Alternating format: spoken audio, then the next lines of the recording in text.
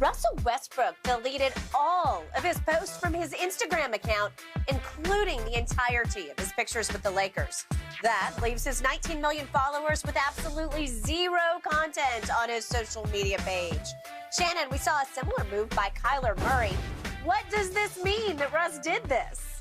I guess this is what the athletes in today's generations do when they're unhappy or upset at something. They just delete everything that has happened with that team or that person over the years, and we start anew. I think everybody knows the writing is on the wall. Russ also knows that the writing is on the wall, that they want to move in a different direction next year. But Skip, this is where we are now. We've seen athlete after athlete. We've seen Debo. We've seen Kyler Murray. We've seen so many athletes do this. But Russ is one generation older to me. Yes. Go ahead. But he's still... even though we're on social media, Skip, it's these young kids, they're different with this social media, Skip. Everything is social media driven. Sure. This is how upset I am with my current situation. I'm going to delete everything in reference to said situation. Okay. So allow me to start by saying what an incredible rise and fall for Russell Westbrook. Because remember, this all started when LeBron James said, I want you to come be my co-star in L.A. Right. Your hometown, you be the starting point guard for the Lakers you grew up worshiping in Los Angeles. And the year began with the great Gotham Chopra dropping a documentary on the life and times of Russell Westbrook, the premiere attended by all the Lakers, including LeBron James. Right. And then that happened. You got exposed. You are a turnover waiting to happen. Right. You're a three-point air ball waiting to happen.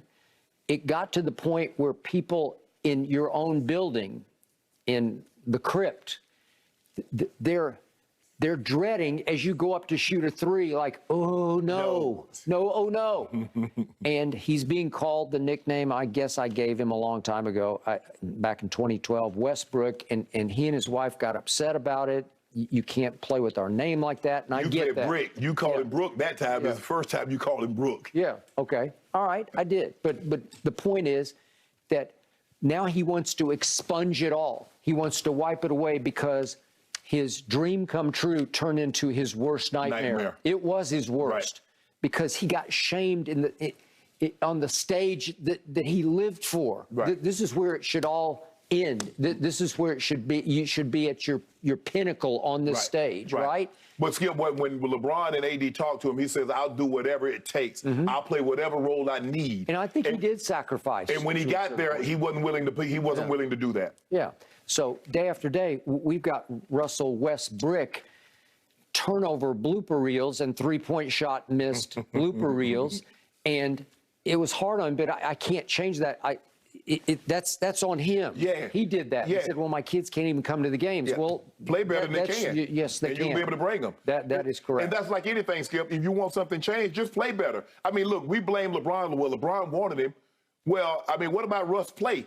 LeBron wanted the guy that was going. He said that was going to be play better than what he played. And I don't want people to think we're just blaming Russ. This team was poorly put together. I don't know who thought. The only reason I thought it could work, because Skip, when it was first floated out there, I said, Skip, don't do this. Nope. He doesn't fit.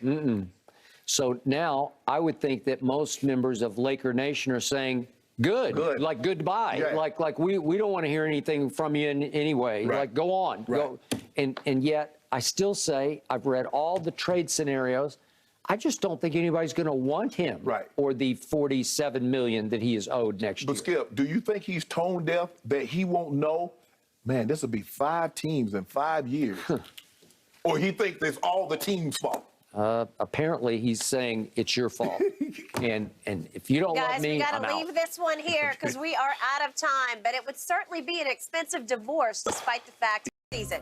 And before that season-closing loss, he reportedly met with the team's front office, as well as his agent, Rich Paul, to discuss his return to the court. According to that same report, Simmons told Brooklyn he suffers from a, quote, mental block that caused stress, which in turn triggered his back injury. Shannon, on a scale of 1 to 10, how worried do you think the Nets should be about all this? 10. You know why, Skip? Because the mind controls everything. We talked about this yesterday. Yep. We've seen great athletes lose it. Chuck Knobloch was a great second baseman, Skip. A very good, I shouldn't say great, very good second baseman. Very good. Yep. Skip, he couldn't throw the ball to first base. We saw Not a long throw. It's not a long throw. Rick Ankiel. Skip, all of a sudden, he couldn't throw the ball over the plate. They had to move him to the outfield. They did. Before your time, Steve Blass, the Pittsburgh pitcher, just couldn't find the home plate anymore. And Skip, he finished behind the MVP. I was reading about him. He finished in the World Series MVP behind Roberto Clemente. They won it in 71. That is correct. And you know this very well because this is your sport. David Duval. Skip, he just couldn't play anymore. He just couldn't. He lost it. It's a mind thing. The mind controls everything.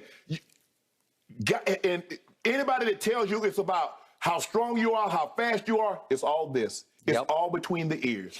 Don't let Tom Brady fool you. Tom Brady believes he's the best damn quarterback to ever live. Michael Jordan believes he's the greatest basketball player to ever live. Absolutely. It's a mind thing. The mind controls everything. And right now, and I said it at the time, Skip, we can get through a lot of things if we know we got support. He didn't get the support that he needed in Philly. He needed Doc to back him. He needed Joel Embiid to back him. It would have been nice if the fans backed him, but the fans are going to be fans. I don't have a problem with the fans. But within that locker room, Skip, he needed that support. And when he didn't get it, Skip, I say, Skip, it's over. I can read his body language and how he was and how he is. And he knows, Skip, he feels that he let his team down. And he's going to have to compartmentalize because there's a lot of people that go through things. Skip, you and I, hey, everybody sees you and I debating and everything is hunky-dory. Skip, no, there's you don't know a lot of times that Shannon Sharpe go home and because he compartmentalized things going through something. Went through a breakup about 16 months ago, Skip. Man, it's wearing on me. This is news to me. Yeah, I know it, Skip. It's news to a lot of people. But as I told her, the mind replays what the heart can't delete. And right now, Ben Simmons' mind can't delete. It replays over and over Atlanta. That layup, Skip, not taking the shot, it broke his heart. It did. That those guys wouldn't support him. Skip, he's going to have, I believe, and I told you this, Skip, I said, Skip, he's done for this year. I said, I believe Ben Simmons came into this season, what they should have done, the moment he said he wanted out was to get him out. Because I know he wasn't going to play for Philly anymore. But if you got him out, Skip, maybe he gets a fresh start. Once he got to Brooklyn, he wasn't playing. That's too much of a pressure cooker, Skip. Hell, he just was in the pressure cooker in the playoffs last year, and he came up small. And you want to throw him right back in there? I said, no, it's not going to work. I believe Ben Simmons went to Brooklyn, said, you know what, I'm going to set this thing out. You know, I'm going to come back in the summer, and I'm going to be okay. And I don't believe Ben Simmons' camp, Skip, was saying Ben Simmons is possibly game 3, possibly game 4. I don't either. I believe that was Brooklyn. I believe they was trying to ramp up the pressure, trying to peer pressure him into playing, and his mind wasn't where it needed to be. And if your mind is not where it needs to be, Skip, I don't care how skilled you are. They ain't got nothing to do with all that skill. It's Kobe Bryant's mind. It's LeBron. It's all these great players. No matter what your sport, it's your mind, not your body. His body's fine. You look at it, Skip, ain't no nothing wrong with it, but it's Skip his mind. His mind won't let him do it. All of that beautifully said by you. Before I launch on this, I'll throw one other name at you only because he's from Australia, as is Ben Simmons, but from my sport, golf. Oh, Greg? No, Ian Baker Finch. Finch, okay. Now, CBS commentator. Was a really good player I remember. who completely lost it and could not drive the ball in the fairway anymore. It went right, and then it went left, and it went right, and it went left because he just lost it, and he could not refocus. How did I do that? Same with Ben Simmons.